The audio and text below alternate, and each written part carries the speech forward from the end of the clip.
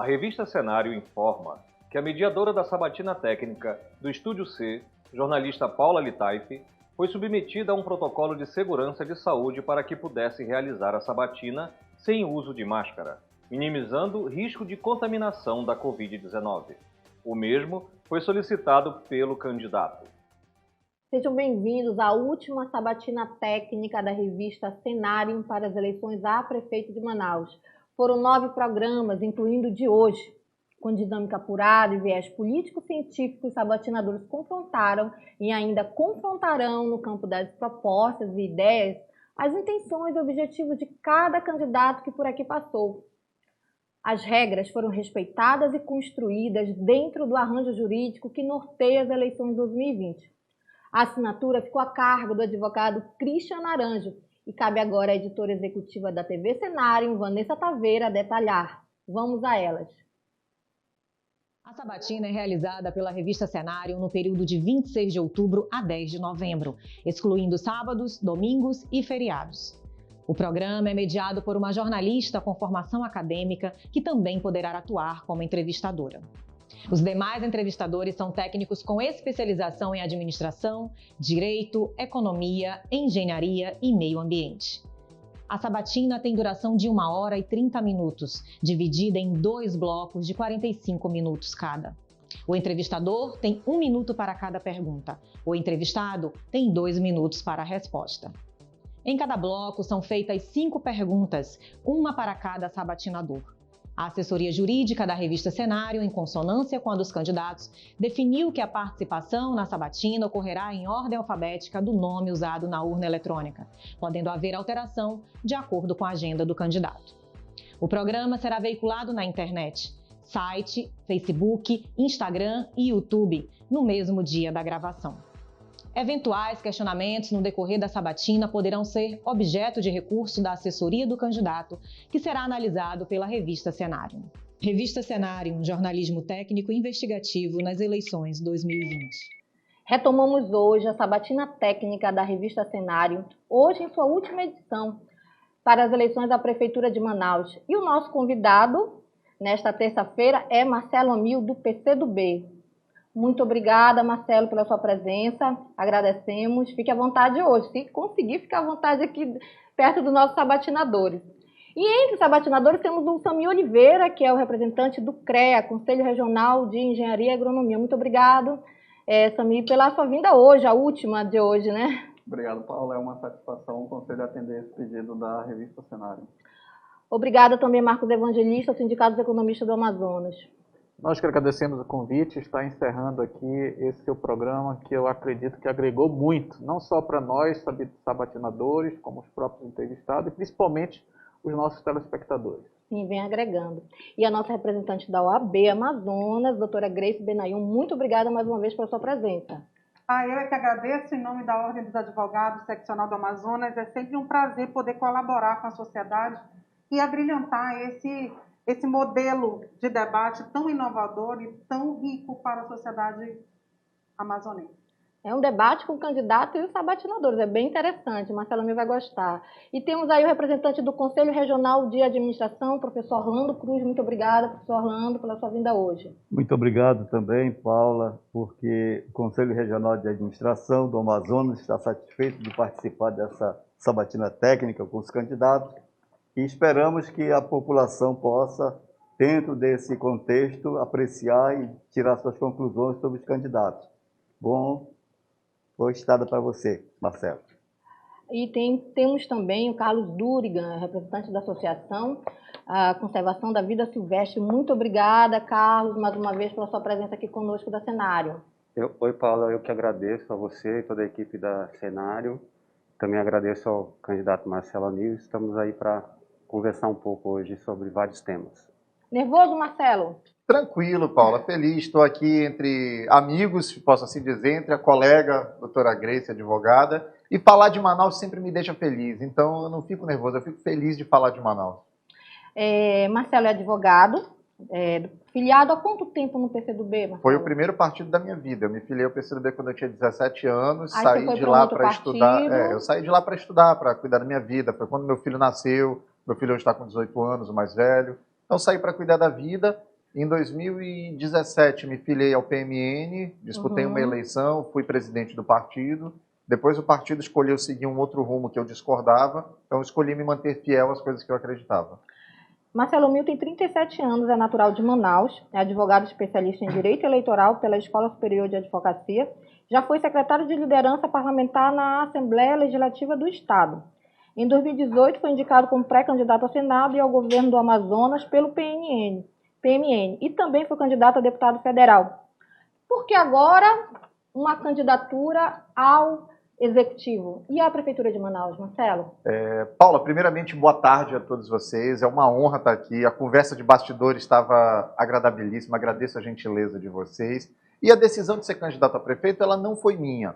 Quando eu decidi... Primeiro, eu tinha uma premissa comigo de que eu só iria disputar eleições, só iria apresentar o meu nome para a sociedade quando eu não dependesse da política para viver. Por isso que, apesar de ter começado no movimento estudantil bem cedo, ter sido presidente de entidades estudantis, eu me afastei um pouco, fui cuidar da vida. E aí, quando a vida já estava bem encaminhada, meus filhos já estão grandes, como eu falei, meu filho mais velho já tem 18 anos, meu escritório está andando tranquilamente.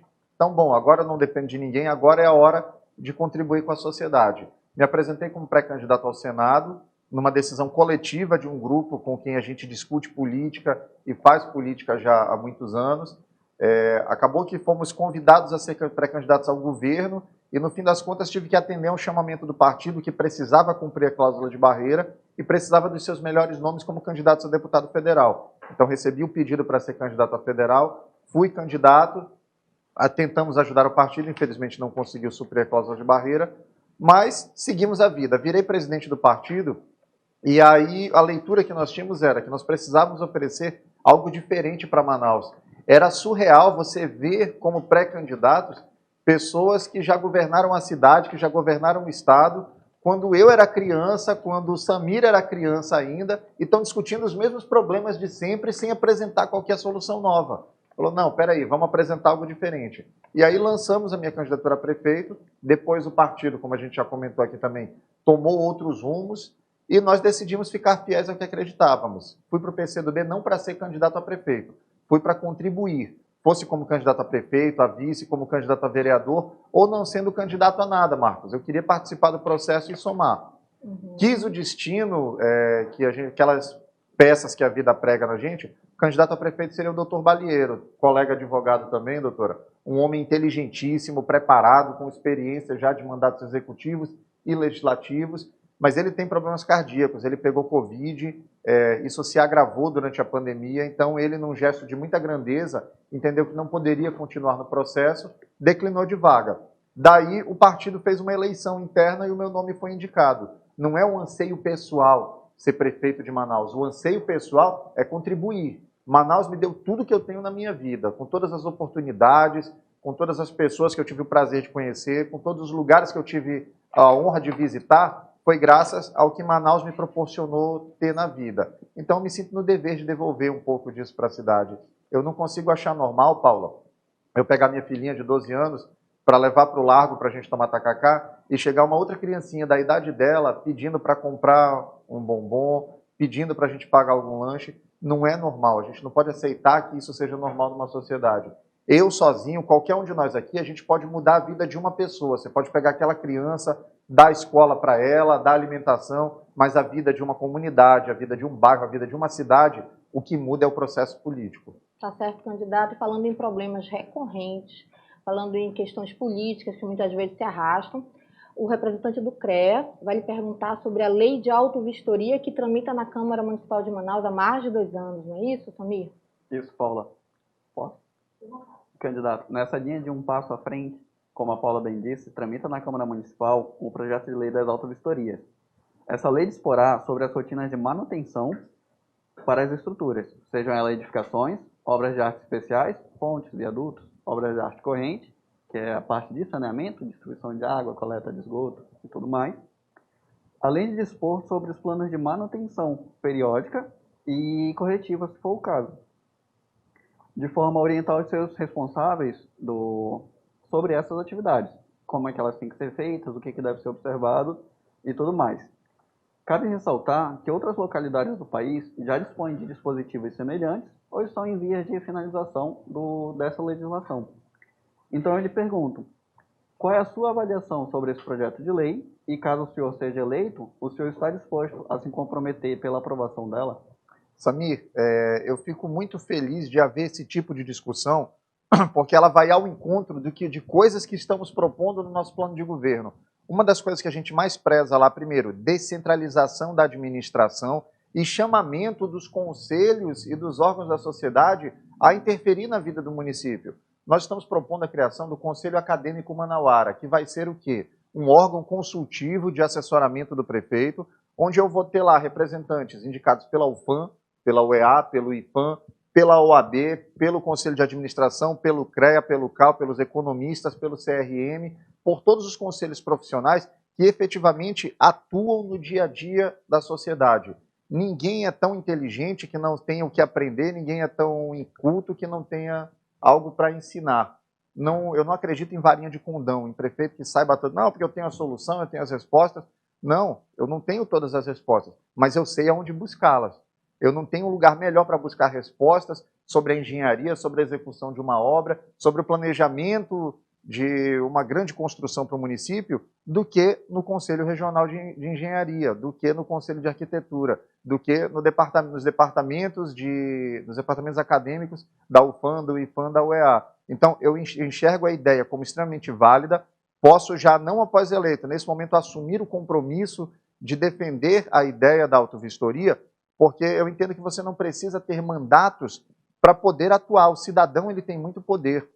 Eu nunca fui parlamentar, mas eu me orgulho de ter apresentado uma proposta de emenda à Constituição que alterou a Constituição do Estado do Amazonas, sem ser parlamentar. Eu identifiquei uma falha, eu escrevi uma PEC, encaminhei à Assembleia, ela foi discutida, deliberada, votada, e eu posso ter esse orgulho. Eu posso dizer para minha avó, vó, teu neto alterou a Constituição do Estado.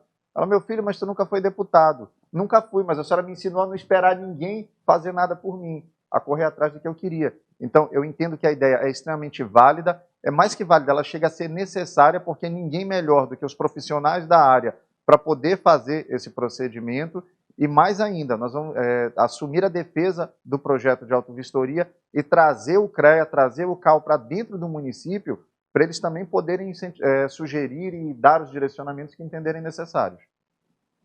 Fiquei satisfeito, engenheiro.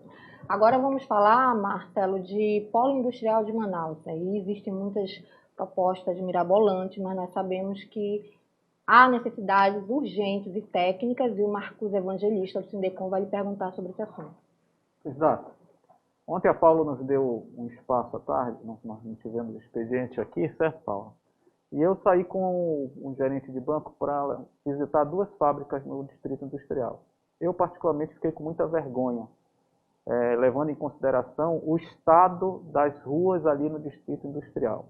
O melhor trecho é em frente à Coplast, que está ali um jardim cuidado por eles. Fora aquele espaço, o resto parece uma terra sem dono. O senhor sendo eleito, quais seriam suas propostas da Prefeitura para melhorar aquilo ali, uma vez que o Distrito Industrial é o polo que mais emprega e hoje é o nosso esteio econômico. Deveria ser bem melhor tratado e, na realidade, está abandonado. O que você teria de propostas nesse sentido? Marcos, existe uma discussão antiga sobre a competência, a gente viu isso a vida inteira. O município dizendo, mas eu não posso asfaltar lá porque é uma área federal. A União dizendo, não, mas aqui é competência do município. Para mim, essa discussão ela é menor, porque ali eu tenho o ganha-pão dos manauaras e eu tenho principalmente o nosso cartão de visita. Isso aí que você falou da Coplast é fundamental, mas a gente vai um pouquinho além para um espaço que já foi muito bonito, que já foi um cartão postal da cidade, que é o calçadão da Suframa, que hoje está abandonado, virou ali simplesmente refúgio para criminosos que se escondem naquela área, e o município assiste inerte. Eu entendo que, para mim, essa discussão ela é menor. Beleza, União, você entende que é o município que tem que cuidar, é o município que tem que gastar dinheiro? Ótimo, um bairro a mais, um bairro a menos, não vai fazer diferença nos 6,275 bi que Manaus tem de orçamento.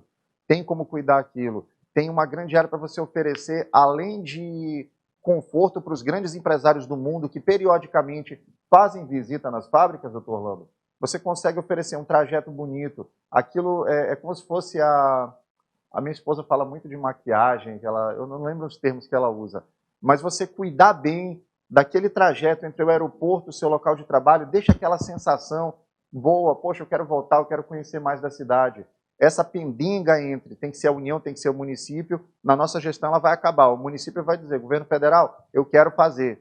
Ah, não preciso de recurso federal, o município tem recurso para isso. Manaus é uma cidade rica. Infelizmente, nós temos prioridades que precisam ser revistas. E eu digo sempre, construir uma parada de R$260 mil numa área nobre e você não ter uma placa indicando onde é a parada de ônibus em outras áreas, é uma questão de paradigma administrativo. Nós vamos mudar os paradigmas. E nesse aspecto da ambientação, do cuidado com as vias, com o trânsito do nosso parque industrial, nós teremos. Tá certo, candidato. Você falou agora há pouco sobre a questão do governo federal, sobre essa possibilidade aí de diálogo. Como o comunista vai dialogar com o Bolsonaro? Quais serão as suas principais estratégias se aproximar? Porque, obviamente, nós sabemos que existem repasses que são obrigatórios, mas tem repasses que são articulados, né, politicamente. Ou seja, realmente depende aí de uma parceria entre o município e o governo federal. Qual a estratégia que um comunista deve usar com o governo atual, que se diz de direita, caso o senhor seja eleito prefeito de Manaus? A estratégia é entender que há momentos e momentos. Toda vez que eu sou defrontado com essa questão, mas você é comunista, mas meu amigo, você quer discutir comunismo? Vamos discutir Marx, Weber, Durkheim e William Reich? Vamos sentar ali, vamos botar uma jarra de suco de cupuaçu e vamos falar de sociologia, de filosofia, que eu adoro. Agora, na eleição municipal, onde o prefeito não tem qualquer ingerência sobre ferramentas de macroeconomia, onde o prefeito não vai mudar o sistema de governo, eu tenho que discutir creche, eu tenho que discutir asfalto, eu tenho que discutir ônibus, eu tenho que discutir efetivamente o dia a dia das pessoas.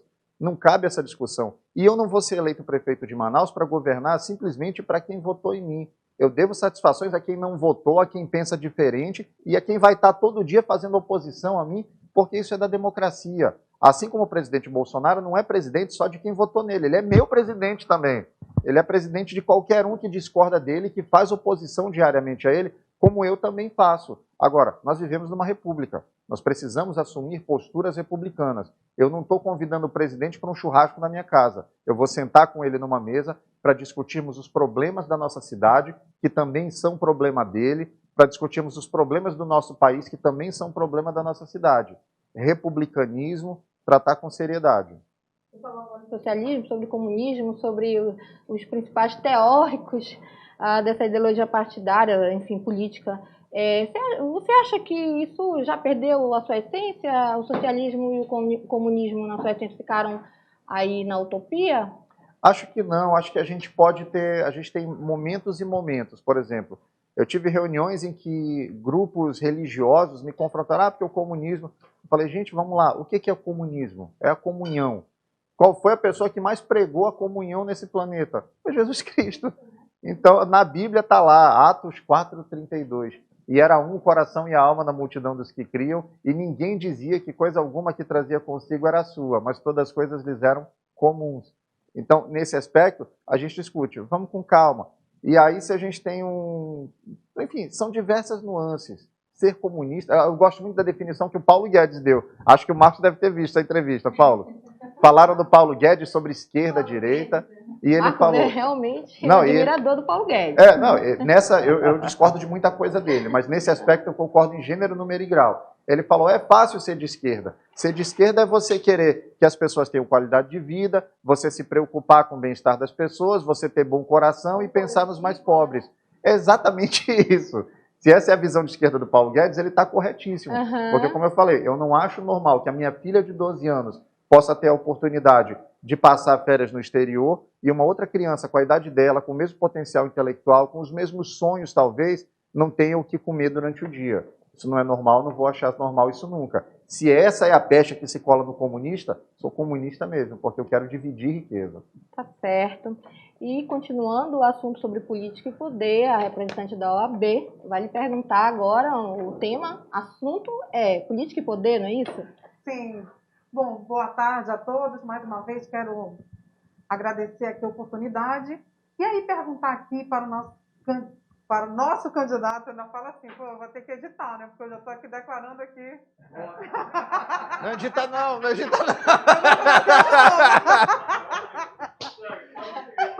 Pega uma praguinha lá pra gente colar nela. Mas olha, só lembrando, é porque a força de expressão, né, não é que necessariamente você esteja declarando voto. É sim. Aí cada um vai interpretar da sua forma. Fique à vontade, doutor. Acho que a gente pode deixar. Falta só a bandeira, né? Mas fique à vontade. Candidato Marcelo Amil, a sociedade toda anseia hoje por combate à corrupção, anseia hoje por efetivas ações que venham garantir que o que é devido, o devido processo legal seja cumprido, que os procedimentos licitatórios sejam claros, né? E esses procedimentos de compliance não são observados, não têm sido praticados. E essa é uma dúvida que me coloca, é algo que eu me questiono, né? Então, assim, na sua gestão, caso o senhor seja eleito, que tipo de ações o senhor vai adotar para combater a corrupção? Respeito às instituições, Grace. Eu entendo que eu sou um democrata, eu defendo a forma republicana e eu entendo que você tem que respeitar as instituições. Não há motivo legal nenhum, não há qualquer impedimento para eu convidar o Ministério Público a indicar um membro para compor a comissão de licitação do município. Não há impedimento algum para eu convidar um representante do Ministério Público de Contas a se fazer presente. Não há impedimento nenhum para eu convidar um representante do Conselho de Administração para participar da Secretaria de Infraestrutura, por exemplo. Ou seja, nós precisamos dividir. O Ministério Público é quem detém o monopólio da acusação, o monopólio do processo penal. Então, se o Ministério Público ele está efetivamente inserido na administração do município, esse ato per si já inibe qualquer tentativa de fraude, qualquer tentativa de corrupção. A corrupção ela sempre vai existir, infelizmente. Ela há em todas as nações, desde a Noruega, que tem um IDH altamente elevado, até o Camboja, que é uma nação altamente pobre. Infelizmente, ela existe. O que nós precisamos é aprimorar as ferramentas de combate à corrupção, dar o máximo possível de transparência, e dar transparência não é simplesmente eu colocar todos os números na internet. Eu conversava com um amigo economista, Marcos, e ele me dizia que o melhor lugar para você esconder uma árvore é no meio da Amazônia. Ou seja, você quer esconder um número fraudulento, bota ele no meio de um monte de outros números lá, que pode ser que ele passe batido. Agora, ele...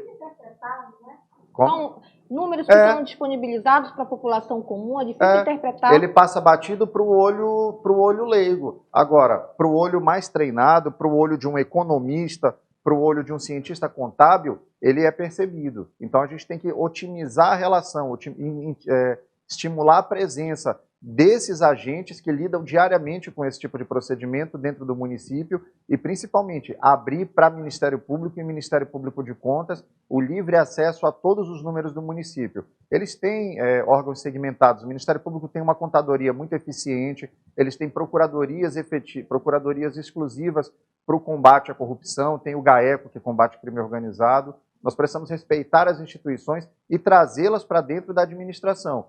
Um gestor que tem medo de ter o Ministério Público, de ter o Ministério Público de Contas na sua administração, ou ele não entende o que é a valoração de uma instituição republicana, ou ele tem algo a esconder. Eu prezo muito a República e eu não tenho nada a esconder, não vou ter nada a esconder na gestão que eu tiver. Então nós vamos estimular a participação das instituições. Legal, tá certo. Ok, doutora. Vamos falar agora de orçamento público e plano diretor com o professor Orlando Cruz, do CRA. Candidato, o senhor sabe que esse ano que termina, o orçamento do município foi 6.500. 6,2. E a previsão para 2021 é uma redução de quase 10%. Né? Então, o senhor vai começar, se o senhor for eleito, um mandato já com uma redução de orçamentária muito forte, principalmente naquilo que a cidade de Manaus precisa. Primeira indagação que eu quero do senhor é como é que o senhor vai tratar isso junto à Câmara Municipal. Essa é a primeira questão. A segunda questão é que advém disso. A cidade de Manaus está utilizando um plano diretor antiquíssimo, em desuso e totalmente fora da realidade. O senhor tem alguma proposta para usar esse dinheiro para o plano diretor? Vamos lá por parte, professor Orlando, me permite chamá-lo de professor. Eu não tenho, eu estou ansioso para ver a LOA que o Arthur vai enviar à Câmara, porque na verdade Manaus não perdeu dinheiro com a pandemia. Se você observar o período de janeiro a agosto de 2020, nós tivemos um incremento de receita de 27% no orçamento do município, por conta dos repasses, óbvio. O período negro da economia, ele não começou ainda por conta dos auxílios, ele vai começar em janeiro, vai se agravar em fevereiro, quando a gente tem uma expectativa, hoje o desemprego em Manaus está em 17,3%. A expectativa é que provavelmente ele chegue a 20% em fevereiro, março. Nós vamos ter que ter ações efetivas para gerar renda, que é onde o município pode atuar com força.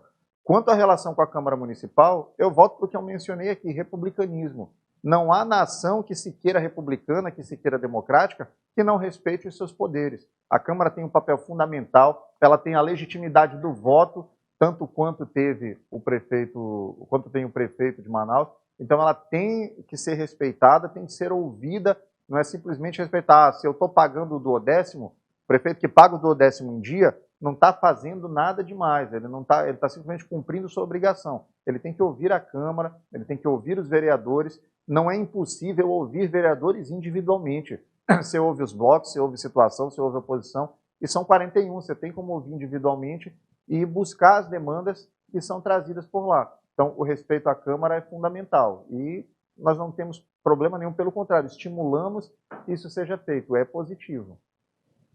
Ok, candidato. Agora, eu acredito que seja entre os temas defendidos aí pelo comunismo, essa questão ambiental. Acho que hoje quem defende meio ambiente é comunista, né? Pelo menos a gente percebe na internet, infelizmente. Mas falando agora de forma... Não, infelizmente não. O comunista defende coisa boa. Não! O que eu me refiro é o fato de que... Eu entendi. Criou-se uma pecha de que quem defende o meio ambiente vira comunista. Às vezes sem ser, né? Sem ser, porque o conceito não estava... Enfim. Mas infelizmente isso se criou na internet. Mas falando de uma forma mais técnica, o professor Carlos Durigan vai lhe perguntar sobre políticas socioambientais. Isso, Paulo, obrigado. Candidato Marcelo Amil, o Brasil sempre foi protagonista, né, na área socioambiental, e um produto muito importante que o Brasil ajudou a construir é a agenda do desenvolvimento sustentável, né, que é uma agenda mundial, global, lançada pela ONU em 2015, com perspectiva de ações até 2030. Os países signatários aí têm uma série de missões dentro daquela ideia dos 17 objetivos que envolvem questões sociais, econômicas, meio ambiente, e é uma agenda que ela não é só ambiental ou socioambiental, ela busca englobar também as questões econômicas, desenvolvimento, né? E, enfim, nós temos uma agenda de desenvolvimento global que envolve a questão ambiental como igual, né, aos outros temas relevantes para a sociedade. Manaus, nós estamos aqui no coração da Amazônia e vivemos aí grandes problemas, né, de ordem ambiental, social, econômica, né, e ao mesmo tempo, uma agenda como essa global, ela pode ajudar Manaus, né, na questão de captação de fundos, na questão de apoio dentro e fora do Brasil para desenvolver suas políticas. Então, a prefeitura tem um papel super relevante, né, em ter, por exemplo, a sua Secretaria de Meio Ambiente ativa, com ações tanto de controle quanto de apoio, né, a empreendimentos e tudo isso. Como que o senhor vê essa agenda e o que você vê como oportunidades que podem surgir de uma agenda mais forte na esfera municipal aqui em Manaus, quando a gente fala de questões socioambientais? Carlos, nós recebemos uma contribuição muito legal do IAB, que é o Instituto dos Arquitetos do Brasil, na qual eles ponderavam fortemente a necessidade de ações de adensamento urbano.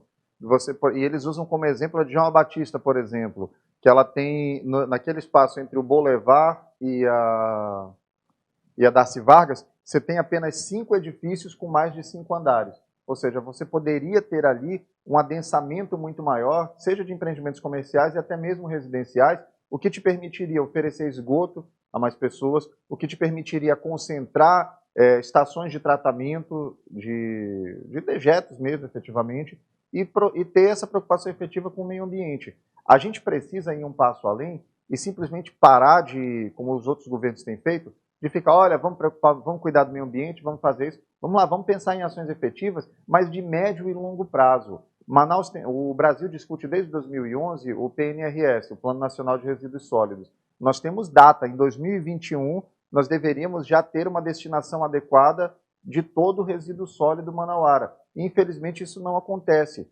E a gente não tem qualquer perspectiva de mudar isso. Manaus não tem sequer uma usina para tratamento de resíduos sólidos por pirólise, o que poderia ser uma fonte de renda fantástica, porque o tratamento de 8 quilos de pneus inservíveis tratados através de pirólise, ele deixa 1 quilo de gás que pode ser substituto do GLP, do GNV, que é o gás natural veicular, ele deixa óleo, ele deixa aço, então é uma indústria gigantesca que nós não aproveitamos.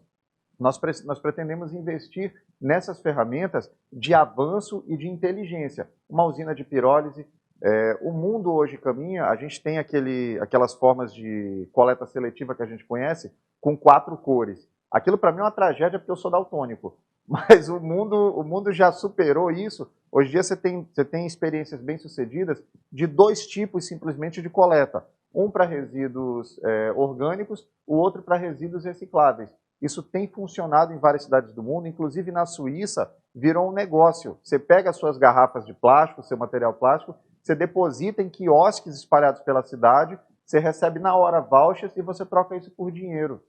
Então, o mundo tem buscado soluções e Manaus precisa ir um passo à frente pensando no médio e longo prazo. Uma das soluções que a gente está defendendo para o médio e longo prazo é a mudança no modal de transportes. Todos os outros candidatos propõem o reforço no Bus Rapid Transport. Nós discordamos, a gente acha que nós temos que ir além, implantar um VLT, porque Manaus tem demanda para suportar o custeio de um VLT e a operacionalidade. E ainda, o VLT é um veículo que vai funcionar com energia limpa. E é o que Manaus precisa, é para onde o mundo está caminhando. Nós entendemos dessa maneira, precisamos simplesmente sair do discurso e fazer ações efetivas, pensando em médio e longo prazo. Adensamento urbano, VLT, usinas de pirólise e também de compostagem, para a gente poder dar tratamento adequado e otimizar essa riqueza que são os resíduos sólidos. Agora, candidato, trabalhar esse tipo de tecnologia é caro. Como que o senhor pretende ter esse recurso diante do nosso orçamento já bem reduzido? São parcerias comerciais com empresas internacionais. Como que o senhor pretende trabalhar essa ideia de investir em tecnologia, meio ambiente, em produção de energia limpa? Vamos lá, sobre o que sempre me perguntam sobre o VLT, quando falam de custos. O Brasil tem o BNDES, tem o Retrem, a Caixa tem o Protrem, que são linhas de financiamento exclusivas para soluções urbanas de transporte público sobre trilhos. Manaus tem hoje saúde financeira para aderir e há estímulos para isso. E, simultâneo a isso, a gente tem uma proposta para corrigir uma distorção histórica. No início do século XX, final do século XIX, Manaus foi vítima de biopirataria. A biopirataria praticada na semente do látex, que foi levada para a Ásia, levou ao fim do ciclo da borracha. E a gente não aprendeu o quão rica é a nossa flora, qual é o tamanho do nosso potencial fitoterápico. A gente está propondo criar a Universidade Municipal de Manaus para a gente poder, através da universidade, buscar convênios de pesquisa com as grandes universidades do mundo. Não existe uma única grande universidade mundial que não gostaria de ter projetos de pesquisa em Manaus. E a gente não tem. Nós vamos buscar convênio com Xangai, com Sorbonne, com Salamanca, com Coimbra, com Harvard, com as maiores universidades do mundo, para a gente poder ter pesquisas efetivas e seguir o exemplo do conhecimento que já deu certo no mundo. Quando do armistício entre a Coreia do Norte e a Coreia do Sul, Seul investiu pesado no conhecimento, com um colchão forte na base e o conhecimento na produção científica de nível superior. O Japão fez isso depois de tomar 2 bombas atômicas na cabeça. Os Emirados Árabes Unidos estão com investimento pesado em produção de conhecimento universitário. Manaus vai ser inserida nesse grande roteiro do mundo, porque é o caminho. O petróleo vai acabar, Recurso natural, se você não administra com inteligência, ele também acaba. Então, nós precisamos produzir conhecimento para a gente poder continuar inserido no mundo que a gente está construindo. Tá certo, candidato. Muito obrigada pela sua resposta. Encerramos agora o primeiro bloco da sabatina técnica da revista Cenário. Retomamos em seguida.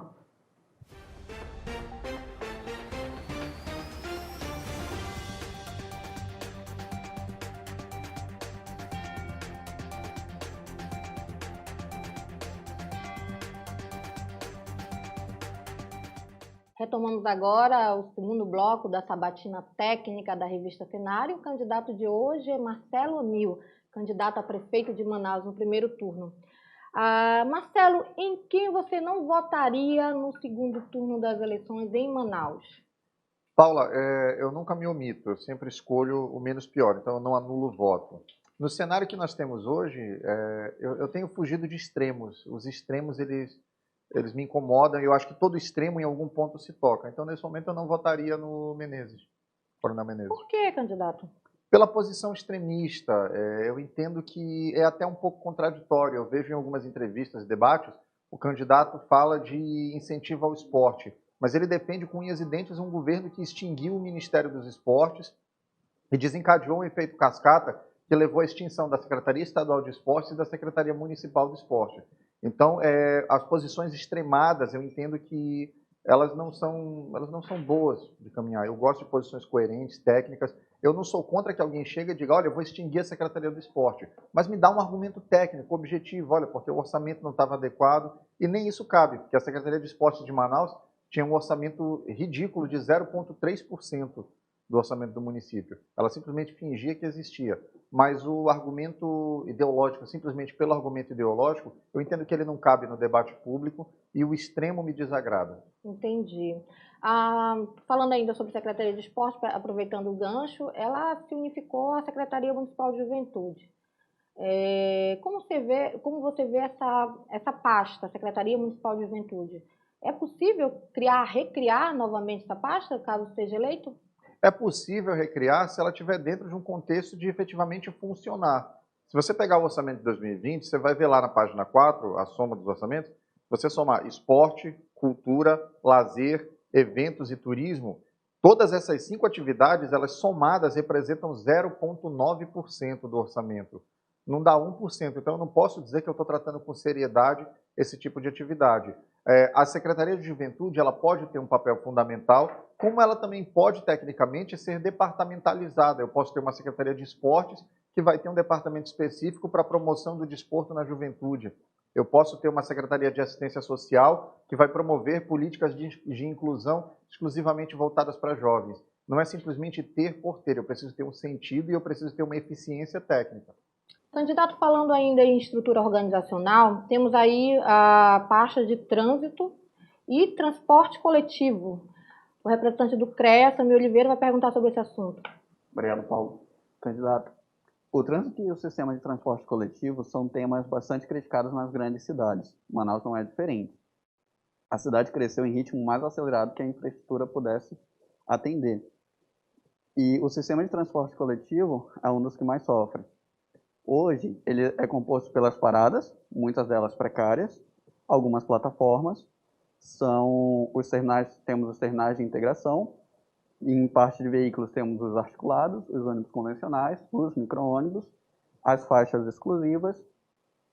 Só que, em muitos momentos, as rotas do sistema de transporte coletivo, principalmente, elas se sobrepõem. A gente tem vários ônibus passando pelo mesmo lugar, quase na mesma hora. E isso contribui demais para a ociosidade do sistema. Além disso, outro problema que a gente tem também é que muitas vias elas não são compatíveis com os veículos que ali trafegam. E aí, nesse ponto, não é exclusividade do sistema de transporte coletivo. Até mesmo no privado e até mesmo no transporte de cargas. Temos vias estreitas demais ou cuja estrutura do pavimento não suporta o peso que ela recebe pelo tráfego que ali passa. Então, resumindo, para tentar resolver esse problema, a gente precisa de investimentos pesados. São obras grandes, obras demoradas, e que os recursos, nesse momento, podem não estar tão disponíveis assim. Nesse sentido de falta de dinheiro, tem um problema grande para resolver, mas existem soluções para amenizar essa parte caótica do trânsito, quais sejam a parte de dinamizar o tráfego dentro da nossa cidade, e aí passa pela otimização e regulamentação, tanto do transporte coletivo, do transporte privado, como da distribuição de cargas. Eu lhe pergunto, quais são as suas propostas para otimizar o tráfego na nossa cidade? Samir, não existem respostas simples para questões complexas. Nós não chegamos ao cenário de caos no transporte do dia para a noite, nós não vamos sair dele do dia para a noite. Nós precisamos mudar alguns alicerces que nós temos, e eu te digo um deles. Primeiro, o sistema de transporte coletivo ele vai continuar sendo um problema sempre, enquanto nós tivermos a raposa tomando conta do galinheiro. Quem fiscaliza o sistema de transporte coletivo é o próprio Sinetran, é o Sindicato das Empresas de Transporte. Então, é surreal que o poder concedente abra mão das suas capacidades em prol de quem está ganhando a licitação, de quem tem que ser fiscalizado ali. Isso daí abre mais uma série de outras questões de interpretação de planilha. Há a informação de que as planilhas da bilhetagem eletrônica que fornecem os dados para o cálculo de tarifa são feitas em formato TXT, o que é um absurdo, porque o TXT, qualquer criança abre o TXT e edita e coloca o que quiser lá, então isso precisa ser revisto. Mas uma outra solução que a gente tem de médio e longo prazo é a diversificação do modal. Nós estamos propondo construir, Paula, portos de diversificar o modal, fazer modal aquático, ter portos no Puraquequara, na Colônia Antônio Aleixo, no Tarumã, ligados a um porto no centro, que vão fazer o transporte diário. Com essa possibilidade de transporte, eu vou diminuir a necessidade de ônibus nessas regiões, o que vai, consequentemente, deixar mais espaço livre para os carros transitarem, vai diminuir o tráfego, vai melhorar o transporte nessas áreas. A proposta do VLT também vai nesse sentido, porque serão 350 mil pessoas que não vão precisar entrar num ônibus. O BRT, que é o que nós temos hoje, ele interage diretamente em muitos pontos, até de forma nevrálgica, com o trânsito da cidade. A gente tem a questão das faixas azuis das paradas do lado esquerdo. Só 1/3 da nossa frota, doutora Grace, tem porta do lado esquerdo. Então não adianta nada, é como você está na Torquato Tapajós, você já tem, com perdão da palavra mais forte, o inferno de ter 3 ônibus ocupando 3 faixas, porque isso atrapalha a vida de todo mundo, de quem está no carro e de quem está no ônibus principalmente. Não satisfeito, o município ainda achou de construir outras 3 estações de transferência, 4 estações de transferência menores, 2 na Max Teixeira, uma na Torquato e uma na Constantino, em frente ao ginásio Amadeu Teixeira, que só vão piorar o sistema de trânsito. Aquilo não vai fazer o ônibus chegar mais rápido da Cidade Nova ao centro, ele não vai fazer o ônibus andar menos lotado, ele simplesmente vai diminuir a velocidade média do ônibus, vai aumentar o tempo de permanência dentro do ônibus nesse trajeto. Então isso tem que ser mudado. A gente precisa diversificar os modais, primeiro, tirar o ônibus da rua, mas oferecendo um transporte coletivo adequado, que permita ao cidadão a tranquilidade. Poxa, eu não preciso levar meu carro, eu posso pegar um VLT, eu posso pegar um ônibus e eu vou chegar na hora do meu compromisso, eu não vou chegar suado, eu não vou pegar sol, eu vou pegar chuva. Agora, isso não é ação para 1 mês, para 2 meses, como tem gente prometendo.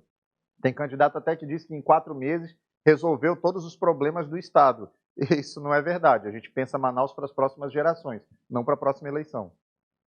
Tá certo, candidato. Ainda pegando aqui um adendo rápido sobre essa questão de resolver os problemas em 4 meses.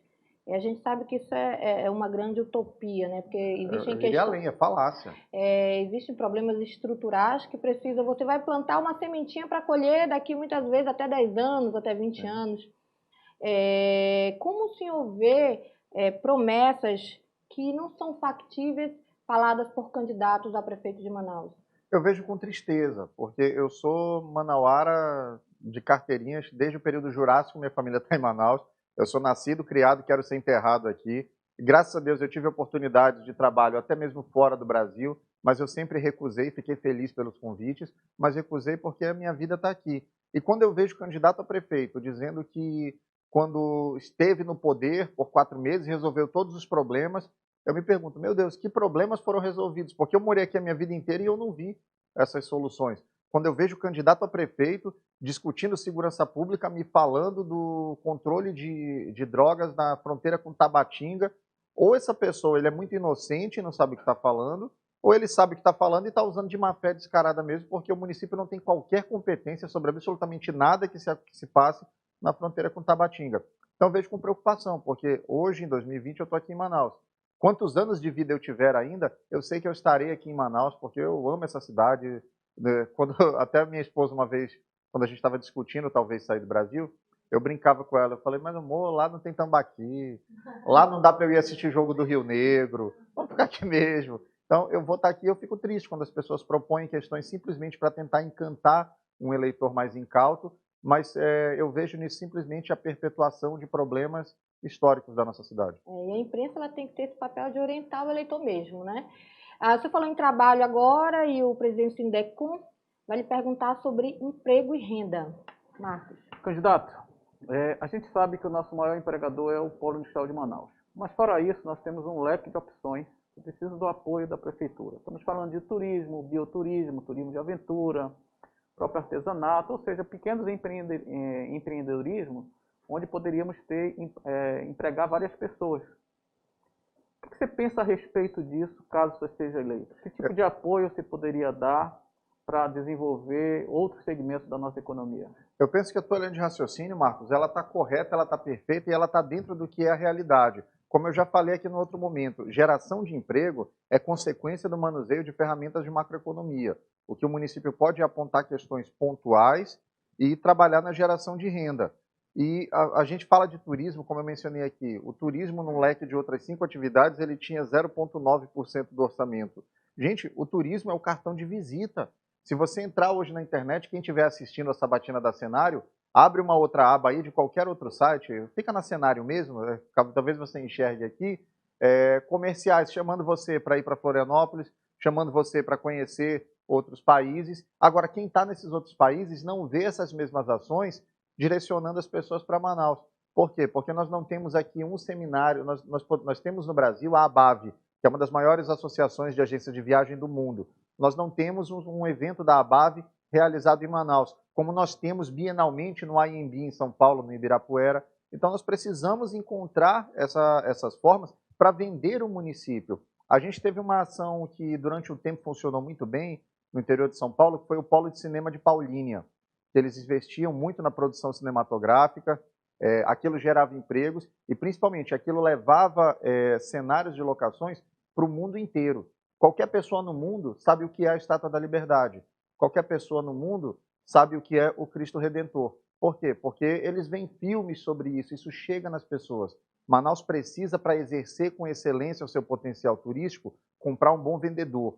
Tem um bom vendedor. Está aqui o professor Orlando que me corrige se eu estiver errado. A empresa pode fornecer o melhor produto que existe no mundo, mas a empresa que vai ter sucesso é a que tiver o melhor vendedor. Manaus não tem vendedor, Manaus não tem sequer uma secretaria de turismo. Essa distorção nós também vamos corrigir. Criar uma secretaria de turismo com um orçamento que lhe permita trabalhar de forma eficiente e, principalmente, escritórios de representação nas grandes cidades do mundo. Nós não temos um polo de pesca esportiva como nós poderíamos ter. Todo mundo aqui tem amigos que eventualmente vêm, que vem conhecer. O mundo inteiro sabe que Manaus existe. Em qualquer cidade do mundo que você mencionar, olha, eu sou de Manaus. Ele, poxa, legal, Manaus, e vai buscar informação e vai conversar. Mas o município que teria as ferramentas e tem recursos para promover essa venda da nossa potencialidade, não o faz. Nós vamos corrigir essa distorção.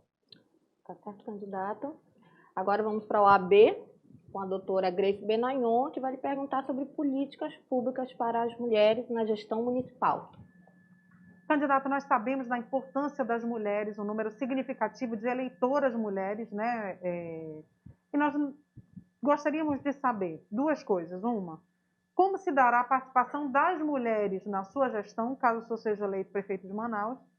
E duas, quais são as políticas públicas voltadas para as mulheres que o senhor tem no seu plano de governo?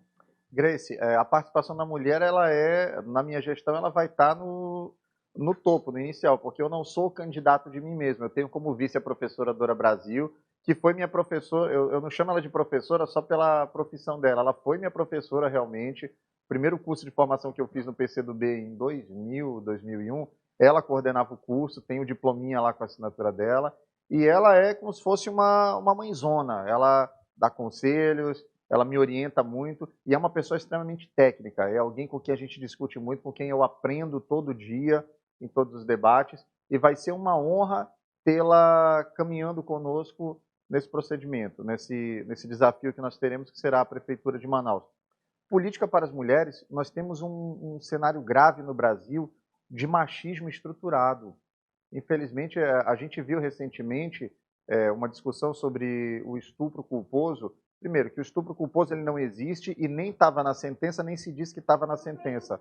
Foi um veículo que usou aquilo como um chamariz para a matéria e foi genial. Foi genial porque mesmo. promoveu a discussão que tinha que ser feita mesmo daquela maneira. Então, toda a minha homenagem ao jornalista que teve aquela sacada genial.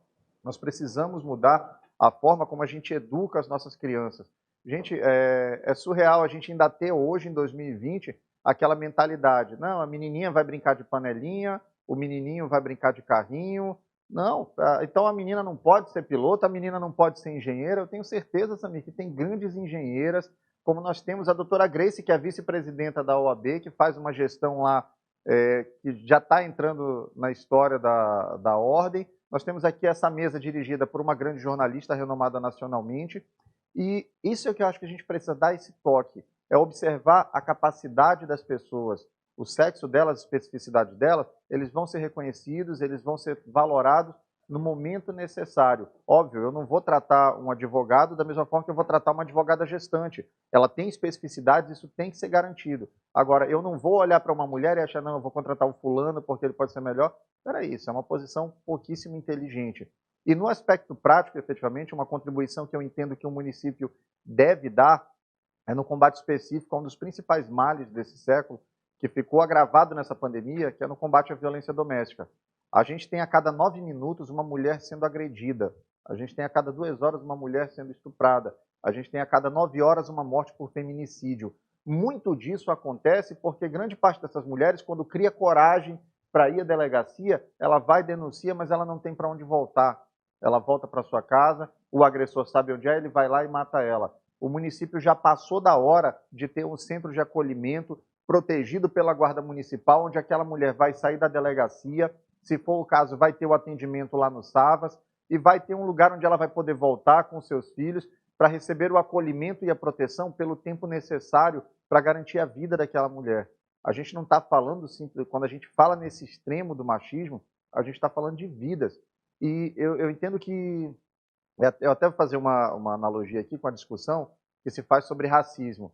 Toda vez que a gente chega na Semana da Consciência Negra, descobrem que tem negro sociólogo, descobrem que tem negro psicólogo e botam para discutir. Gente, quem pratica racismo é o branco. Quem tem que discutir o racismo é o branco para que os brancos parem de cometer racismo. Quem pratica o machismo são os homens. Quem tem que discutir o machismo e combater o machismo são os homens. Então nós precisamos trazer isso para o centro do debate quanto a medidas efetivas.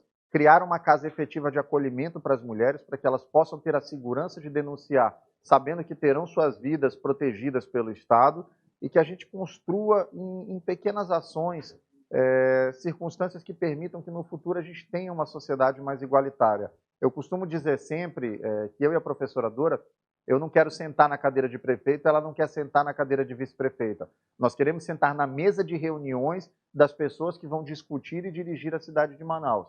Trabalhar com igualdade e oferecer oportunidade para as pessoas, preservando vidas. Aproveitando que o senhor falou a respeito de chamar as pessoas, as comunidades, para falar a respeito da digestão, eu não sei se o senhor chegou a acompanhar as propostas de um outro candidato, também socialista, que eu não gostaria de estar citando o nome, que segundo o regulamento não seria bom, mas que falou sobre a criação de conselhos populares e a extinção de secretarias municipais. Você é a favor disso? Não, porque eu entendo que, como eu falei antes, os extremos me desagradam. Eu entendo que nós temos, se nós nos dispomos a ser uma república, uma sociedade, nós temos que entender as especificidades de cada linha de pensamento. Eu respeito, eu sei qual é o candidato que você está falando, tenho um profundo respeito por ele, gosto dele, acho ele um cara super bem intencionado, um idealista, mas no aspecto prático, esses conselhos populares, eles tendem a não funcionar muito. O que a gente precisa, a gente tem uma máquina que está engessada por normas que devem existir realmente. Eu não posso olhar para a lei de responsabilidade fiscal que é um gesso no trato da administração e das contas públicas, e entender que ela é uma coisa ruim. Ela é uma coisa positiva, porque antes dela, prefeito, governador, saqueava as contas, entregava o município em débito para o sucessor dele fazer uma péssima gestão e depois inviabilizar uma reeleição. O marco regulatório, as normas legais que garantem condutas, elas são importantes e têm que ser prestigiadas. Os conselhos populares, eu entendo que são uma ideia muito positiva, mas eu não acho que eles caibam no momento histórico, no contexto jurídico-administrativo que nós temos na sociedade hoje. Candidato, vamos retomar aqui o assunto sobre gestão administrativa, gestão pública e estrutura organizacional com o membro do Conselho Regional de Administração, professor Orlando Cruz. Obrigado, Paula. Candidato, o senhor falou no início da entrevista que o senhor vai trabalhar com uma estrutura descentralizada, né? Procurando descentralizar. A pergunta vai nesse tema. Descentralização é perda de poder. Descentralização é distribuir poder. O senhor pretende distribuir o poder que o senhor tem de prefeito com os secretários, com os vereadores? O senhor sabe que o prefeito atual congelou o salário dele nos 2 mandatos. O senhor pretende continuar congelando o salário do prefeito na sua gestão? Vamos lá, me permita, a vênia de discordar um pouquinho do senhor. Eu não acho que distribuir poder seja perder poder. Pelo contrário, eu acho que isso é aumentar o poder, é ter mais pessoas empoderadas. E sim, eu acho muito positivo. Quanto a congelar salários, eu tenho uma vida modesta.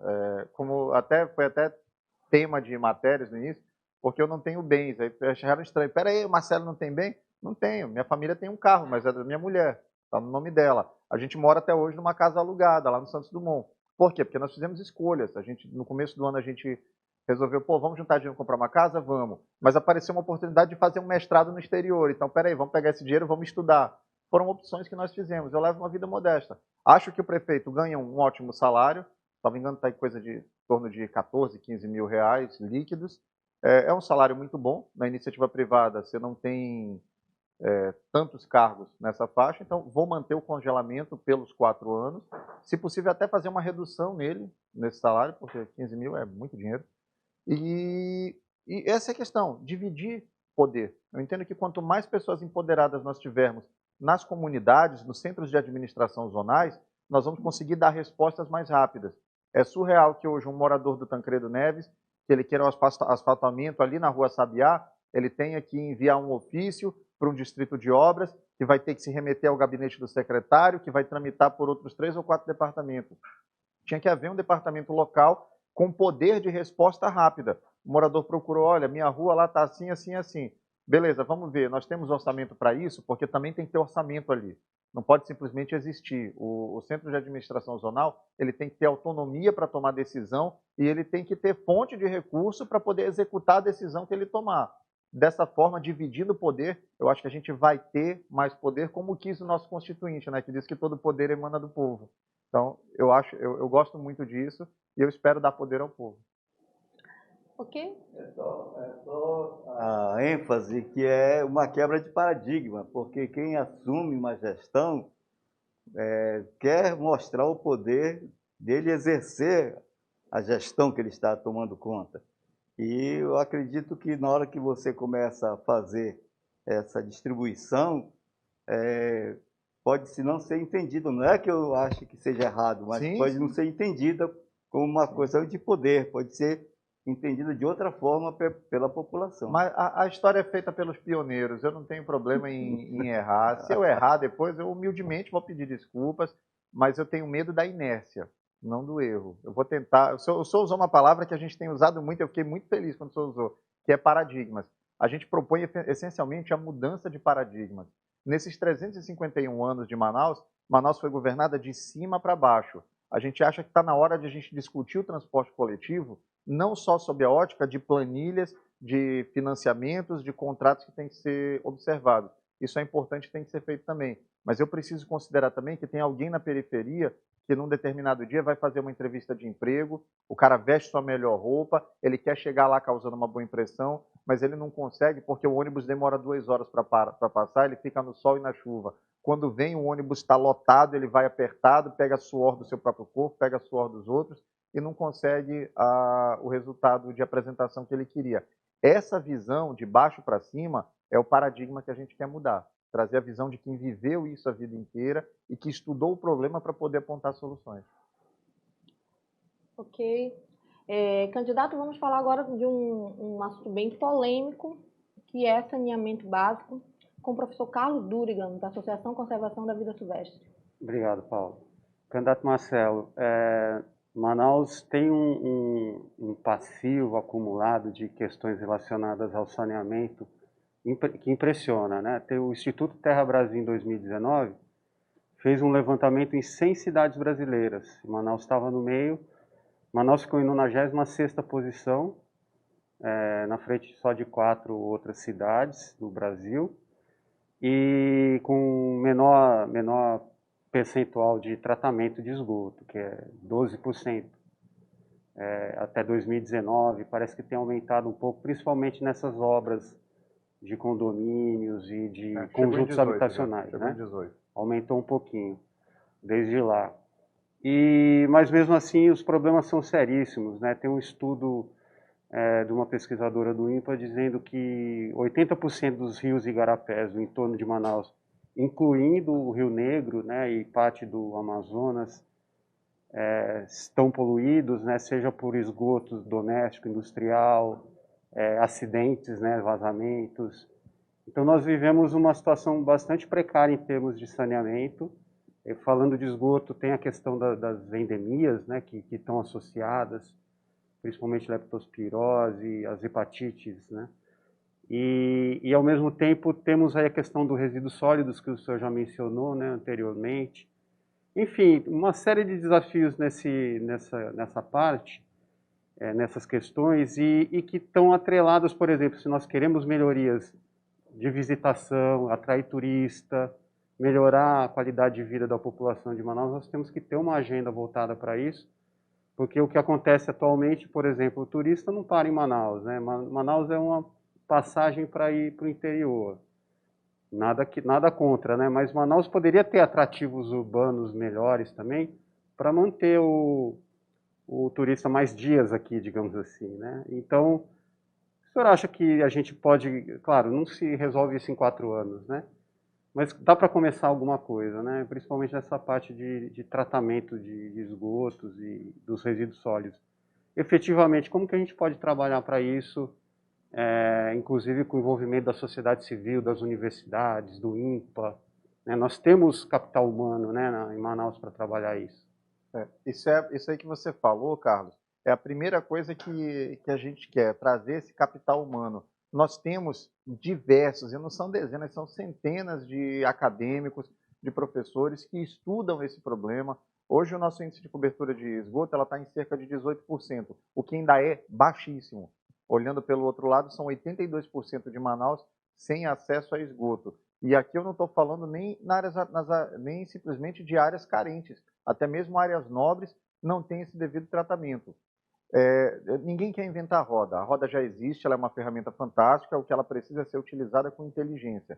Nós temos hoje, de acordo com a Associação Brasileira de Condomínios, cerca de 500 condomínios em Manaus.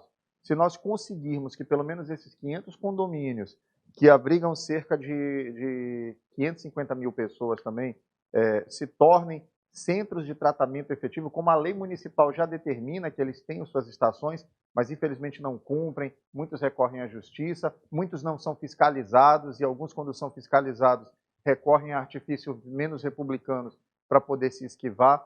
Nós tivemos um controle efetivo do tratamento dentro dos condomínios, a gente já dá um andamento substancial nisso. De resto, é arregaçar a manga e sair com um plano de obras para irradiar.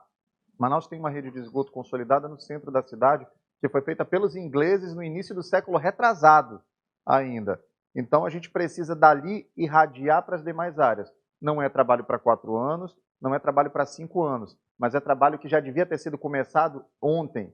Então, quanto antes a gente começar, antes talvez os nossos filhos, os nossos netos, possam ter uma cidade com um tratamento de esgoto semelhante ao que a gente tem em Barcelona, semelhante ao que a gente tem em Oslo. Então, esse é o objetivo, é fazer a irradiação da rede e no outro giro também, cobrar cumprimento de contrato. A concessionária de saneamento, ela presta um péssimo serviço. É surreal que pessoas, como eu disse, pessoas que hoje são candidatos, que já eram candidatos quando eu era criança, dizendo que iam resolver o problema da água. Alguns dizem que resolveram, mas não resolveram. Em Manaus nós temos bairros sem água e nós temos 82% sem esgoto. É arregaçar as mangas, sair cavando buraco e levar saúde. Quando a gente começar a enxergar que você não está levando esgoto, você não está levando um cano, você está levando saúde, talvez o paradigma mude também e a gente consiga avançar alguns anos. Fique à vontade. Candidato, você mencionou a questão do plano de obras, né? Eu vejo, é um ponto que é super necessário, né? Uma gestão começar com um plano de obras, ainda mais uma cidade como Manaus que demanda uma série de obras estratégicas e até para garantir qualidade de vida para as pessoas que vivem aqui,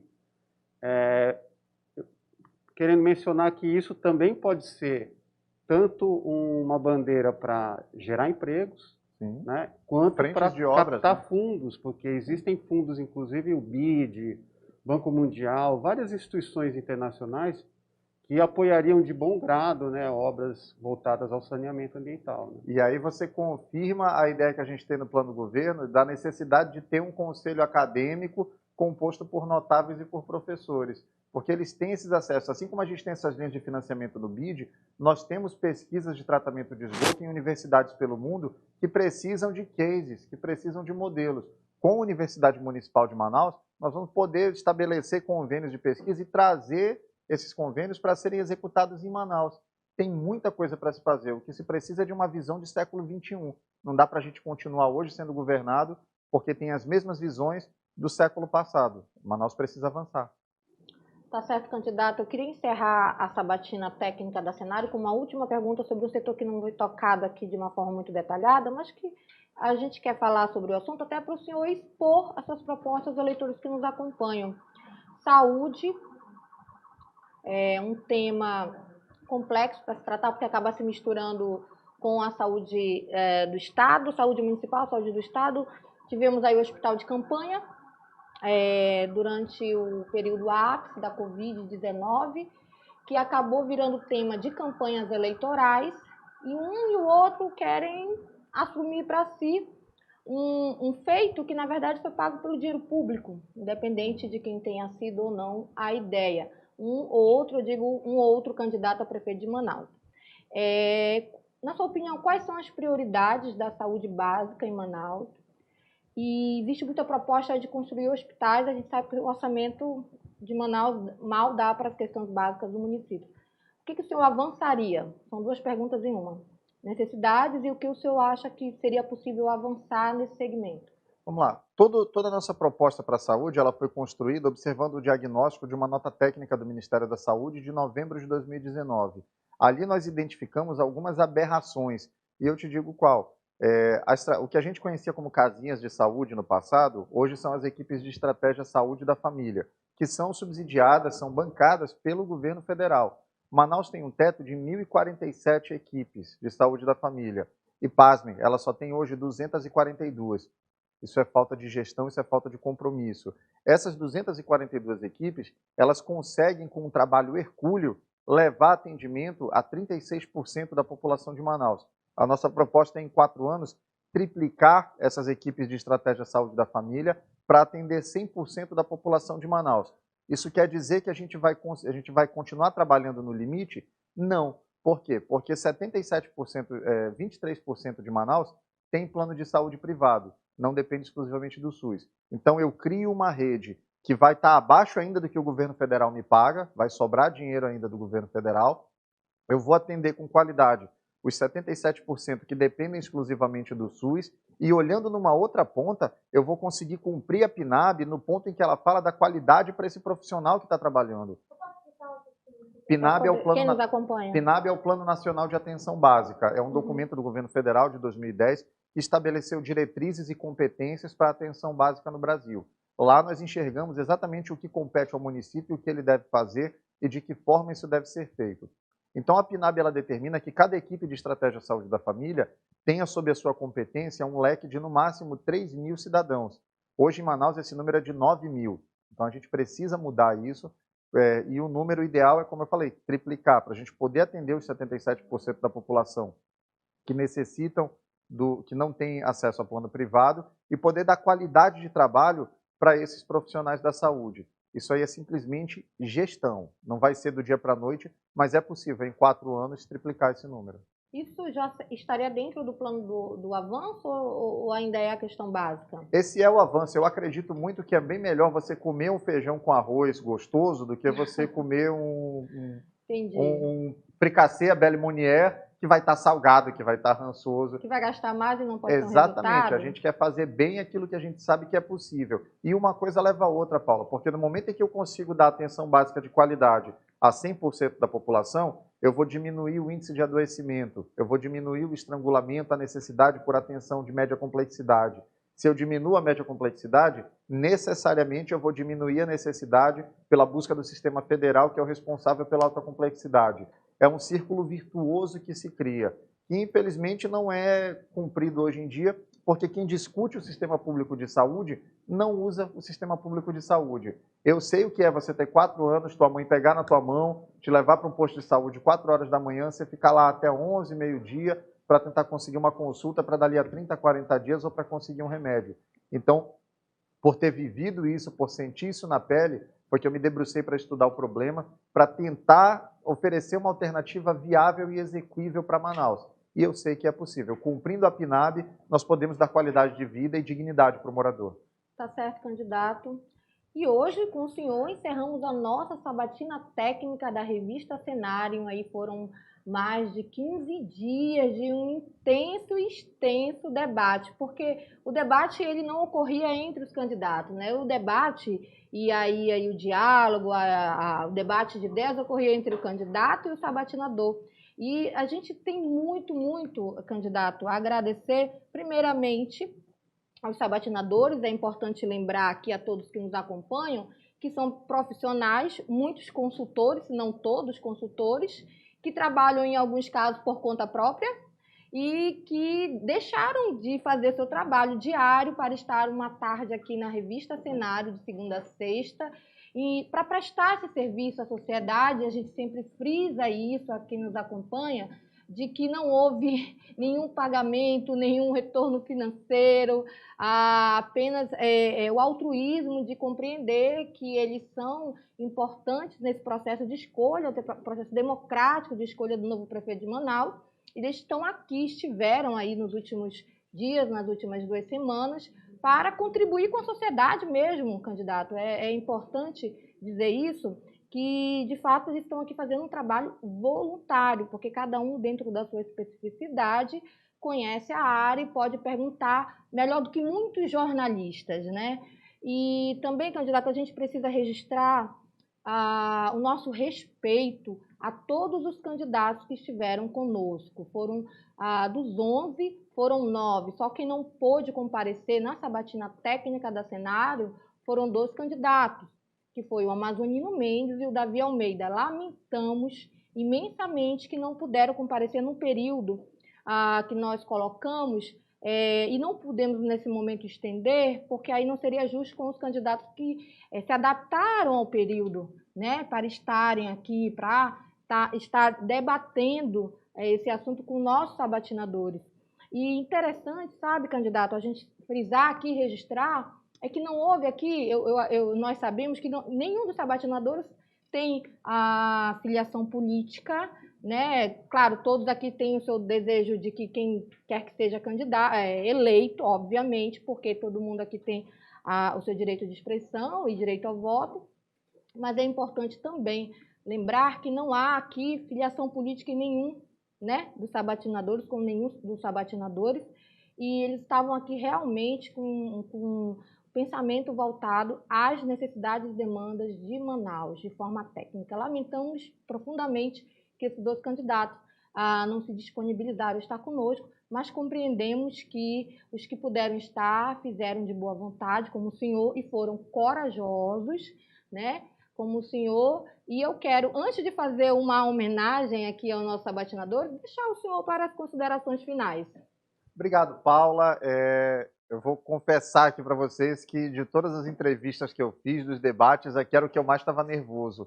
Só que, por outro lado, era o que eu mais estava feliz, porque aqui eu vi uma amostra grátis de algo que eu estou propondo para Manaus. Discutir a cidade por técnicos, por quem vive o problema no dia a dia. E eu agradeço muito a oportunidade, tenho certeza que esse é um espaço que vai se afirmar em todas as eleições. A gente vai ter como espaço cativo a participação.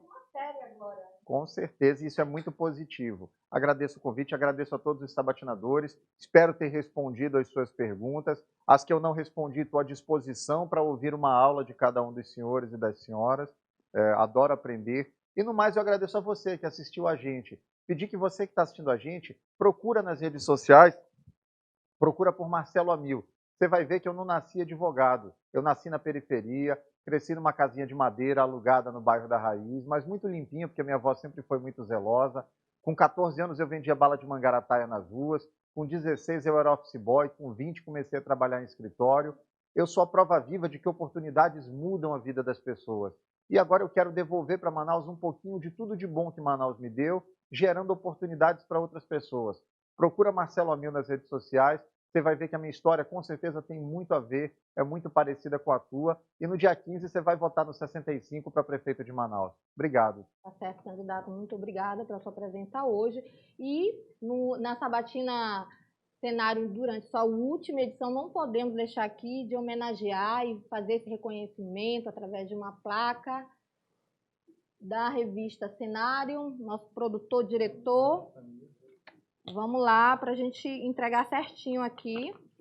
Olha que interessante. Eu acredito que não vai dar para ver, mas depois a gente vai mostrar de um close melhor. Aqui essa é a revista Cenário, homenageando aqui com o Globo, que o Globo, candidato, é a nossa marca, porque agora, inclusive, nós estamos com correspondente na Europa. Infelizmente, eu não diria assim infelizmente ou felizmente, mas o amazonense ele tem essa dificuldade de querer ler sobre ele mesmo. E nossos assuntos eles são lidos mais em Brasília, São Paulo, né? E na Europa, nos Estados Unidos, são os leitores que mais buscam no Google pelo termo Amazônia. E a gente está agora na Europa com um correspondente especial. Estão me avisando que eu posso mostrar aqui? Aqui? Aonde? Agora? Certinho? Pegou? Para quem nos acompanha também vê aqui o nosso reconhecimento da revista Cenário, eleições 2020, primeiro turno, Prefeitura de Manaus, Sabatina Cenário, hashtag. E a primeira placa de reconhecimento vai para o presidente Sindecom, Marcos Evangelista. Muito obrigado. Muito obrigada. E aproveite e fique com as suas considerações finais a respeito da Sabatina. Em nome do Sindecom, eu gostaria de agradecer a você que esteve nos acompanhando durante todos esses capítulos, várias entrevistas, foram 9. Acredito que a gente tenha contribuído com você no momento de você fazer a sua escolha. Gostaria de agradecer aos colegas da mesa que eu tive prazer de compartilhar durante todos esses dias, cada qual se dedicando na sua área, fazendo suas perguntas. E agradecer a você, representando a todos os candidatos que estiveram aqui, pela coragem, pela humildade de vir aqui e se colocar à disposição para ouvir as nossas perguntas. E finalizar, agradecer aí a revista Cenário, né, pela estratégia eficiente, isso aí que é democracia, Paula. Muito bom, é diferente de você colocar candidato na frente de candidato.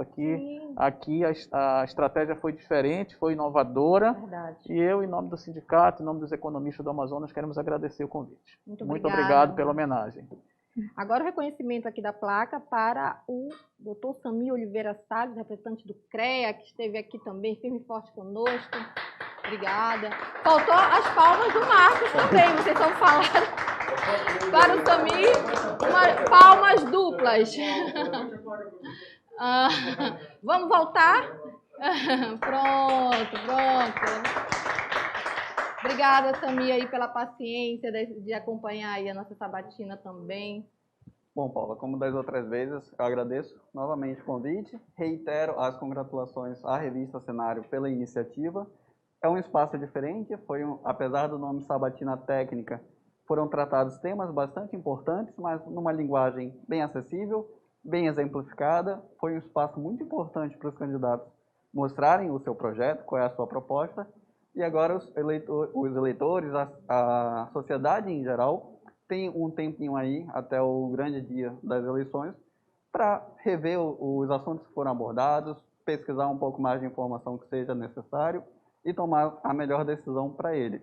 Manaus é a cidade que nós vivemos, ou é a cidade que escolhemos viver, é aqui que criamos as nossas raízes, de onde tiramos o nosso sustento, e queremos que seja a melhor infraestrutura possível para continuarmos desenvolvendo nossos objetivos pessoais, profissionais, culturais, porque não somos uma sociedade, afinal. É uma responsabilidade muito grande falar em nome do Conselho Regional de Engenharia, Agronomia e das Geociências, e para não ser tão prolixo, só agradecer novamente a oportunidade. Você nunca foi prolixo em nenhum momento, né? Sempre aí muito atuante nas perguntas. Apesar de que todos nos perguntam, só tem mais de 18 anos, mas eu já disse para todo mundo aqui, nos comentários aqui da internet, que eu já tenho maior de idade, inclusive um dos melhores engenheiros aí do CREA. Hoje eu vou começar daqui para lá para terminar na minha companheira aqui de bancada feminina, a professor Carlos Durigan. A gente agradece muito, estou querendo mostrar aqui também a sua participação, aí o nosso representante da Associação da Conservação da Vida Silvestre, que o senhor continue atuante nessa área ambiental para poder aí ajudar e contribuir com a sociedade. Muito obrigada pela sua participação na Sabatina Obrigado, Paula. Técnica. Aqui, Paula. Bom, muito obrigado, Paula, toda a equipe Revista Cenário. Já estou me sentindo em casa, já estava me convidando. Já estava dando expediente aqui na Cenário. Já estava me convidando para a festa de confraternização do final do ano. Sim, olha, já foi convidado para a nossa festa. E, assim, dizer que é um espaço incrível, assim, uma primeira experiência num programa como esse, foi muito gratificante poder contribuir nesse debate político, né? Manaus, nós sabemos que é uma cidade culturalmente muito rica, ambientalmente muito rica também.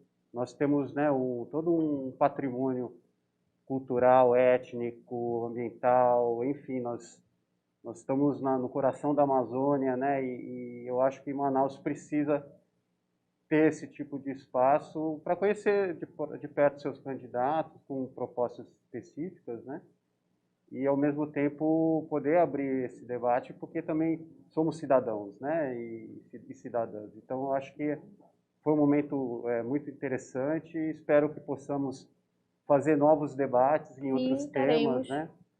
Candidato Marcelo Amil, muito boa sorte aí no pleito, assim como desejo boa sorte a todos os candidatos, né, nesse processo, é um processo super importante, e sigamos em frente aí, cada vez mais vendo Manaus prosperar, quanto mais melhor. Tomara, aguardamos, esperamos por isso. Você falou a respeito de que podem pesquisar o seu na internet, inclusive agora, por exemplo, quando pesquisar o seu nome, já vai aparecer no Google a Sabatina Técnica da Cenário. Então, legal, isso é importante, porque já vão acompanhar, vamos ver como ele respondeu aí aos técnicos nessa sabatina. Isso é interessante. E agora temos aqui o reconhecimento do professor Orlando Cruz, do Conselho Regional de Administração, também o professor Dalton. Muito obrigada. Aqui a sua placa, guarde aí como lembrança. Pela sua paciência aí de estar conosco sempre também. Paula, o Conselho Regional de Administração, do qual estou representando, tem a satisfação de estar participando deste importantíssimo e acho que inquestionável momento histórico para a cidade de Manaus, que é essa Sabatina Técnica. Eu acredito que a revista Cenário entra para a história do Brasil como a primeira revista que faz um debate técnico, despretensioso, mas muito construtivo para a cidade. Só a cidade tem a ganhar com isso. Nós estamos aqui buscando melhorias para a cidade e, como ele falou, descentralizar, não é só perder poder, é distribuir também alguma coisa melhor, alguma esperança melhor para as pessoas. Ele. Então nós precisamos, nós precisamos, isso é bom, isso nós é bom. precisamos disso, que pessoas comprometidas com a sociedade, porque nós somos todos partícipes desse processo. Então agradeço ao candidato, agradeço a todos aqueles que estiveram aqui participando, contribuindo para que possamos, Manaus, ter dias melhores, Manaus possa ser aquela cidade dos sonhos, a cidade de sorriso. Muito obrigado. Verdade. E agora a minha companheira de bancada aqui, tive a honra de estar lado a lado, aprendendo muito com a doutora Grace Benayon. Tivemos outras sabatinadoras, mas a doutora Grace, ela fez questão aí de estar do início ao fim, e ela foi muito correta com a gente nesse sentido, e assim, apesar de todos, a sua programação, de toda a sua agenda lotada, dentro da OAB, fora dela, a senhora fez questão de estar conosco, isso é muito bom. Isso é importante para a democracia, saber que a OAB ela é uma instituição totalmente neutra, né? Ou seja, ela está aqui de fato para questionar e perguntar com base naquilo que a cidade precisa. Então, a gente é muito grata à sua presença, doutora Grace. Aqui essa placa de reconhecimento, muito obrigada. Bom, eu é que agradeço. Quero dizer que, em nome da Ordem dos Advogados, são iniciativas como essas que fazem a diferença na sociedade.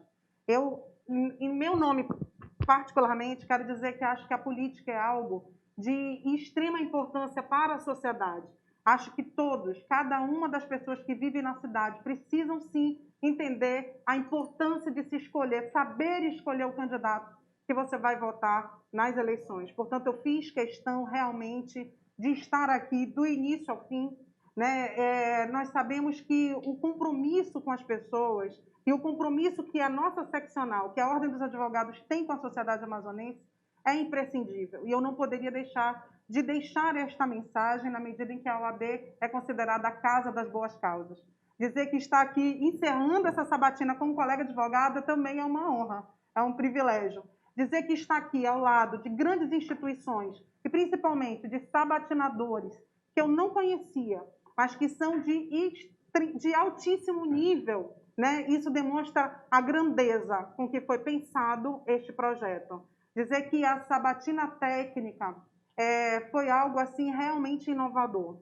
Esse foi um projeto que deixa uma marca para a sociedade, um projeto onde nós percebemos a seriedade como foi conduzido, o impacto na sociedade com a repercussão, né, de cada uma das instituições aqui representadas com muita seriedade, com muita credibilidade.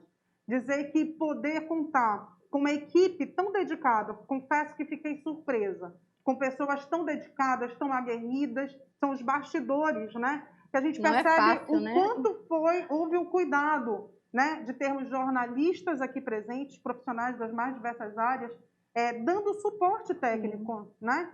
E dizer que eu desejo, sinceramente, que a sua trajetória política seja muito abençoada e que a nossa cidade de Manaus tenha o melhor prefeito nessas eleições. Muito obrigada. É o que esperamos. E mais uma vez, candidato, sim, fique à vontade. Complementar o que a doutora Grace falou, é importante destacar que, dado o ano que vivemos, o formato desse projeto ele é diferente. Mas o profissionalismo foi o mesmo. Sim, eu acho que isso é um aspecto muito importante para contribuir para o sucesso dessa iniciativa, e com certeza vai render novos frutos. Sim, a gente quer continuar, inclusive, com essa ideia, se não no segundo turno das eleições, aí nas próximas eleições gerais em 2022. Candidato, mais uma vez, muito obrigada pela sua presença. Eu lembro que o Marcos Evangelista falou um termo muito interessante, que eu acho que é singelo, mas é importante, é a humildade, né? Você precisa saber como é o candidato que você apoia, se ele é humilde antes da eleição, né? Porque se durante a campanha ele não mostra um pingo de humildade, imagine quando for eleito. Então isso aí já fica uma dica aí para quem for votar. Preste atenção aí, seu candidato de fato é humilde. Então, mais uma vez eu agradeço aqui a presença dos nossos queridos sabatinadores e aí até uma próxima temporada, que agora é temporada, né? Da sabatina técnica da Cenário. Muito obrigada a todos que nos acompanharam. Até a próxima.